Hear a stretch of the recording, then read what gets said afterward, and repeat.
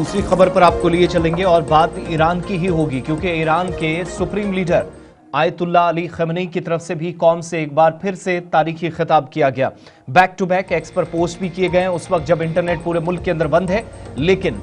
जो बयानात आए हैं, जो स्टेटमेंट्स दिए गए हैं, एक तारीखी खिताब के अंदर ईरान किराए के फौजियों को बर्दाश्त हरगिज नहीं करेगा, इस बात का वाज़ेह ऐलान ईरान के सुप्रीम लीडर की तरफ से कर दिया गया और कहा कि डोनाल्ड ट्रंप अपने मुल्क के मसाइल पर तवज्जो दें। कौम गैर मुल्की ताकतों के सामने बिल्कुल भी नहीं झुकना पसंद करती, ना ऐसा ईरान कभी होने देगा। और दूसरी बड़ी बात, बैक टू बैक जो उनके ट्वीट्स भी आए हैं, बैक टू बैक जो उनके पोस्ट भी आए हैं, वो भी इस बात की तरफ इशारा कर रहे हैं कि सब कुछ अभी मशरिक़ वस्ता के अंदर ठीक नहीं है। और 3-4 बड़ी चीजें जो हाईलाइट करके आपको एक्स पर किए गए पोस्ट में वो भी बता रहे हैं, लेकिन साथ साथ तेहरान के अंदर जो खिताब हुआ उसमें किसी भी सूरत में अगर ईरान के अंदर मौजूदा तनाजुर में कोई मुदाखलत होती है,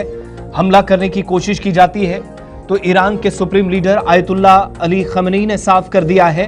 कि ईरान ऐसी किसी कुव्वत, ऐसी किसी ताकत, ऐसी किसी हुक्मरान या फौजी को कतन बर्दाश्त नहीं करेगा जिसका ताल्लुक बाहर से और वो ईरान के लोगों को तंग तलब करने की कोशिश करें। और ईरानियों से इत्तेहाद को बरकरार रखने की ताकीद इस तारीखी खिताब के दौरान उन्होंने कहा। साथ साथ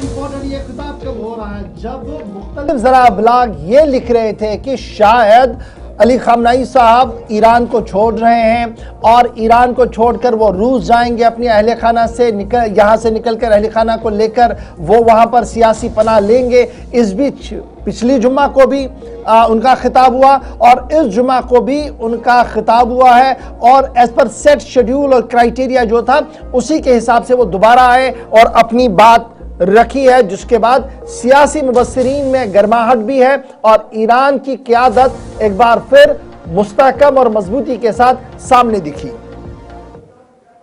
मजदूरी بیگانگان رو تحمل نمیکنه. شما هر کی میخوای باش مزدور بیگانه که شدی، برای بیگانه که کار کردی ملت تو رو مردود میدانه، نظام اسلامی هم تو رو مردود میدانه. این مربوط به اینها. اون بابایی که با نخوت و غرور نشسته اونجا راجع به همه دنیا قضاوت میکنه، او هم بدانه که معمولاً